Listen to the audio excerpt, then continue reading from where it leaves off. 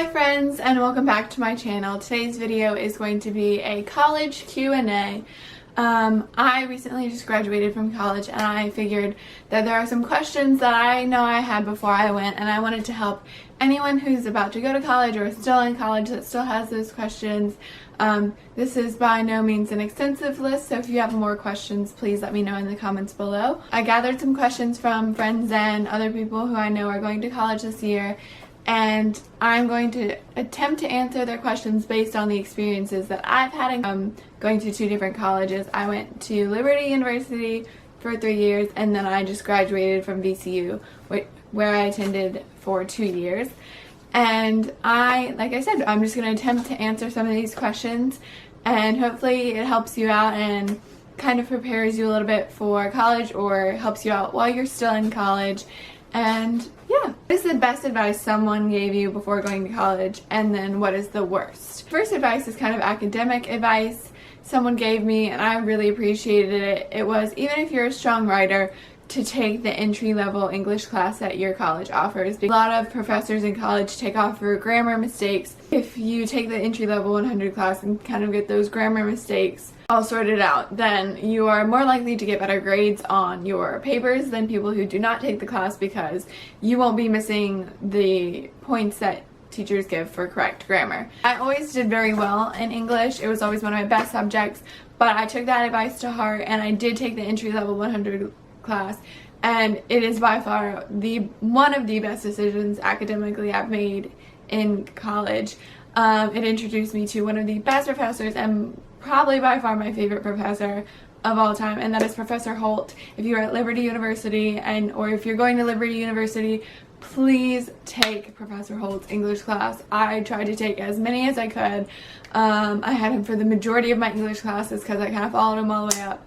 And he is just an excellent professor. He focuses more on what you're learning and developing your critical thinking process and just relating to material and growing you spiritually than the grade, whereas he does want you to do well in his class. He doesn't spoon feed you the information, and I think that's really important, and it's a very realistic look on college. If you have professors that are just like, here, copy and paste this, it's kind of like high school where they kind of expect you to like highlight it and then it's going to be on the test. This is the same application that you saw, but where is it in this sense? So academically, I think that is one of the best advice I can give you if you're going to Liberty University, is to take Professor Holt's English class, any of them. He is wonderful, and sorry that kind of like flip-flopped, but the entry-level 100 level class definitely helped my writing, and it introduced me to one of the most amazing professors who also instilled great advice into me while I was there, and one of that being, don't focus so much on your grade or your GPA, because if that is your focus, you're going to be stressed out all the time if you do get a bad grade. But then if you learn something from that bad grade, that's more important.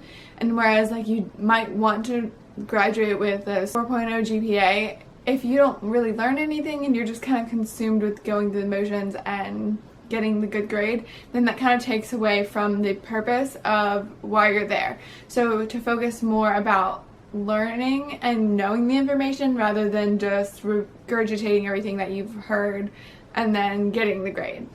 And I definitely think that is one of the best advice I can give. So like with that said, it's kind of like a mixture of best advice because they all kind of go hand in hand. So to focus more on taking in the information and like applying it rather than expecting everything to go perfectly, which is another thing that you will learn in Mr. Holt's class if you take it, is that life's not perfect, and if you expect everything to be perfect, it's not going to, but to embrace the imperfection of life, and that is what makes it true perfection. So that's a really long answer to my best advice. And the worst advice? The worst advice I think is the mentality of whatever you do in college, it will be excused because you are in college, and I just don't think that's necessarily true. Moving on to the next question. What is something you wish you knew before graduating? I'm going to take it back to high school, and this is kind of the same advice that I would give from high school to college on what I wish I knew before graduating And that is, it's okay to not know what you want to do, and it's okay to not jump into college right away, and it's okay to think about what it is that you want. And if you think you know and you're like dead set on this is what I'm going to do, and you change your mind, that's okay too. Because I left high school with the intention of becoming a teacher. I was told by so many lovely people that that's what I was good at, and I had such a gift of working with children. But what I wanted to do was be an actress, and up until like my junior year of high school, I like had plans to move to LA and to start a career in acting, and I had it all planned out. But then just you get doubts in your head, and you're just kind of like, well, is this really what I want to do? Is this something that is going to last me? And I just got really discouraged my junior year for a number of reasons. It wasn't any one person in particular. It wasn't any people that were like, no, you can't do this. There was just a lot of things going on my junior year that just kind of discouraged me from just being confident in myself. And I then just kind of took that into college of going, well, I can't do this, so everyone tells me I'm good at this, and I guess I'll do this. And that was teaching. It wasn't until my junior year, something about junior years kind of change your life, of college, that I went overseas, and my eyes were completely opened, and I realized that everything that I had been doing was to please other people. Not in a bad way, like not that people were like, you need to do this or else we'll be discouraged, but like in my mind I was like, people are expecting this of me. I've told people I'm going to be a teacher, I need to do this. This is what is noble, this is what is going to make people proud of me, make my parents proud of me, because I did care so. And not that they wouldn't have been proud of me any other way, like they weren't forcing me to become a teacher. I think I just thought that this would please them the most. My parents have literally done so much, and I am extremely grateful for everything that they have done for me, and still do for me. And I don't always say it, but I really just kind of carried that around with me, and I'm like, my parents have already helped me so much to get to this point. I just felt bad that I had put in 3 years of something that I didn't necessarily like have a passion for, and that's why it took me 3 years to finally like admit it and say I'm not happy. Like, this is something that I didn't realize that I didn't want, and that I've just been going through the motions because I have just kind of put this weight on myself and expectation on myself because I thought this was what was best. You're not helping yourself if you're only doing something just to do it and not to put forth your passion and motivation behind it. You need to find something that you're passionate about and that you truly feel like this was made for me. This is something that I am good at, that I enjoy doing, that I want to do for the rest of my life, and it's not going to feel burdensome, because if you do, it just only hurts you. I developed depression and anxiety from just holding this in, and I didn't really acknowledge it or tell anybody when this happened because I just felt I carried it all, and I just kind of held, like I said, I held it in, and I would get anxious while I was in my classes this year and last year, and I just kind of like would feel trapped, and it only made my mental health like worse. And it wasn't, like I said, it wasn't until I went overseas that I felt like I could finally breathe, and that I was like, okay, like this is what I want to do. I can change my mind, and it's okay. So that was a really, I feel like a lot of these are going to be long-winded, but something that I wish I knew before graduating high school and college is that it's okay to not know what you want to do. It's okay not to even go. It's okay to take time off, and that you should not let other people make you feel inferior or bad about that. If that is what you want to do, that is what you want to do, and you need to make sure that what you're doing is because you're doing it for a purpose, and that you're motivated and you're passionate about these things. Don't carry expectations that others have put on you, or expectations that you put on yourself because you believe that's what others want. I have an incredible support system, and once I expressed how I was feeling, they kind of just took it better than I thought. I just had all these different expectations of what I thought was going to happen, but you need to trust the people around you and your support system to know that they'll encourage you no matter what, and they'll support your decisions.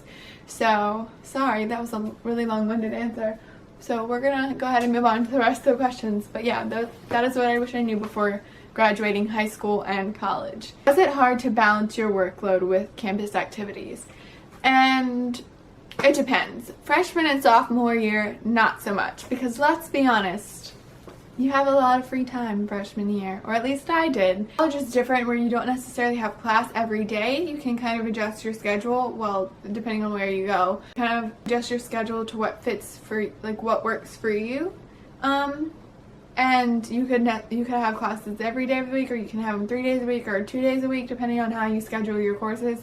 So if you have classes on only Tuesday and Thursdays, and you just pile them on all day, Tuesday, Thursday, and have Monday, Wednesday, Friday free, then you have that time to like know, okay, I want my Fridays free so that I can do this with, I can do the activity, or I can go out with friends or whatever. You still have Monday and Tuesday and then the weekend to get your stuff done. Or if you do like all of your classes on Monday and then like a couple on Tuesday, and you kind of balance it out. It's just knowing what works for you. Like, when are you most productive, and adjusting your schedule accordingly. This question is because I love fashion, and Rebecca knows that, so she asked me a question about style, because we can't have, this is a style and beauty and lifestyle blog, so we have to have a fashion question in here somewhere. So the fashion question in this college Q&A was keeping a certain style hard? Like, were you preppy? Did you keep that all the way through? Did you have more of a simple chic look, or a rocker edgy? I went through this weird phase. My entire life I love fashion, I love looking good, and then there was this like small portion of my life where I was like cowgirl boots, pearls, like the southern country look that I went through. And then, like I said, after my junior year of college, and I had this kind of like eyes wide open experience, but I didn't totally lose my style. I think style is kind of embedded in who you are. So I didn't completely lose it. Like, my style is very simple, but I love good skinny jeans, band tees. I love a good like rocker tee. Definitely leather jackets. I don't think I have ever like not had a leather jacket. That is like my signature piece, and I think that you kind of just develop that, and like, you know what style of clothing like you never want to give up. Whereas like when I went through this stage, like it was very new, and I knew that I don't know, I think just deep down you know what kind of style you like. Your trends change. Your interest in fashion may change, but your signature style I think you will always have with you, and just knowing what you tend to go towards. Do you go towards brighter colors? Do you go to the neutrals? Do you prefer pearls and wearing lots of dresses, or jeans and t-shirts? So I think it's just more of what you feel comfortable in, and not necessarily going with the trends of the moment, but just kind of recognizing the things that you pick up, and the patterns rather than trends, the patterns in the things that you buy. I don't really think it's that hard, because you know who you are and you know who you like. So I think if you kind of stick with that, then you may wear some things that you go like, what the heck, but you will still have those moments of like, this is my most comfortable look. And I think that's how I knew what my signature style is my leather jacket is my safety blanket. I will never give up. Moving on to the next question. Did you have a relationship in college? And if so, was it easy or hard to balance that with anything else? It's hard to answer this question because I didn't have like a long-term boyfriend when I was in college. I went on dates with a few guys here and there, but there's 2 guys that I like dated, if that makes sense, but we were never in a relationship. For one reason or another, it did not work out, but it's definitely possible to have a relationship in college and to balance it with everything else. I had friends who were in relationships like throughout college, and it's just different for everyone. Some people just really embrace it, and they adapt to their boyfriend or girlfriend's friends, and they just kind of go, okay, well, like, this is my new life now, and I still love you, and like, I still want us to be friends, but like, this is a new season of my life, and this is where I see my life going. And not that they abandon you, but like, their life changes, and you do not necessarily spend as much time with them than you used to. So I think there's that, and I think it's a lot of adjusting. and it's a personal decision. And it's your personality. Like if you're the kind of person that's like all in, I'm only spending time with this one person and their friends, and then that's who you are, and you need to balance your school. You definitely need to make school a priority with that, because there are some people who find it harder to balance everything else and having a relationship, but you just need to make that decision of like, yes, I really like this person, yes, they are, or like you may be falling in love with them, or like, yes, I'm falling in love with this person, but you still have to recognize that like you have other obligations that you have to get done, like going to class and your friendships and things like that. I don't feel like it's that hard if you make that mental decision, but you also have to listen to when others are trying to like hold you accountable. I think that is another huge aspect of balancing everything, is that you can't just put off anyone who tells you like, hey, you're spending way too much time with this person. How are you doing in your classes and with your friendships? I think that is important. Probably more important than your relationship is having that person that's going to be like, hey, like, are you neglecting this? Are you getting things done? And will hold you accountable in another way. Moving on to the next question. What advice / how does paying for college work? Definitely look for scholarships. Don't put those off. Even in college or in high school, when people are telling you to look for scholarships, do it. Apply for as many as you can. Your guidance teacher will tell you the same thing, but truly apply for as many scholarships as you can. Some are easier to get than others, but get over having to write essays. Just take the time, do it, put in the effort, because it saves a lot of money. Be on the lookout for scholarships and actively approach those. If you're doing student loans, I think to always keep that in mind. That I struggle with this. I'm like, oh, I want to do this, I want to do that, but then I'm like, I need to start saving because I will have loans in the near future that I need to pay off. So just kind of like making a game plan for that and talking with people who have done it before and asking more questions, because I'm not perfect. Like, I'm still trying to figure that out, and I don't think that anyone will ever kind of get how to pay for it all by yourself. But definitely look for assistance in scholarships. Talk to the financial aid people at your school, ask them their advice, and talk with your parents or whoever is helping you to help you pay for college with just kind of a game plan, and to be conscious of that throughout school, and don't let it stress you, but have a game plan and don't be oblivious to the cost of college. How easy is it to navigate the campus and the school website? Depending on where you go, it can be very difficult. I'm talking about the 4th floor of DeMoss, or in DeMoss in general. It takes everyone a long time to figure out that floor, but navigating the school, I think just go the day before or a couple days before and just kind of walk around and figure out where your classes are, and kind of make a mental note of what turns you take and everything like that. Gets you to class, just stick with that way until somebody's like, oh, this is a shortcut, then take that way and follow them. But yeah, I think just exploring with friends is kind of the best way to navigate the campus, like figuring out where everything is.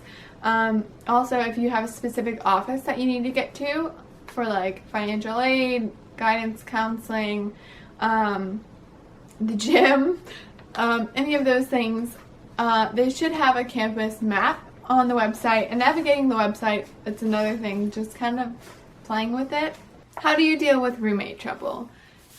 Definitely don't repress it and keep it in. These are the people that you're living with, and you may know them or you may not. Regardless, if you have an issue with them, it's better not to just keep it in, unless it's something very simple but it's gonna keep eating at you. But the mature thing to do is to lovingly and respectfully bring it up and say, hey, I'm sure you're not doing this on purpose, but this is making me feel this way. Or just being honest about it, but without accusing the other person of having malicious intentions, because 9 times out of 10 they don't. It's okay to not get along with everyone, but you still have to be respectful and kind. But some people you just aren't gonna click with, and that's okay. Living closely together, you're inevitably gonna ruffle each other's feathers and just get under each other's skin. but you have to be, like I said, respectful of one another and be honest. And if you're having serious issues where you think that it's going to go beyond just the two of you or the three of you or however many's in the room, then definitely seek some kind of mediation between like an RA or an elder sister or somebody, or a brother, somebody who can mediate and be objective about it. But definitely, if it's a serious issue, definitely get help with that. Well, that is it for my college Q&A. Hopefully this was somewhat helpful. If you have any more questions, please leave them down below and I might just do another one. Or if you have any questions in general and would like to see a regular Q&A, please comment down below. Thank you so much for watching this video, and like I said, I hope you enjoyed it. If you did, please like it. It will allow my video to get around YouTube a little bit wider, and subscribe if you have not already. I'd really appreciate it. And yeah, bye friends.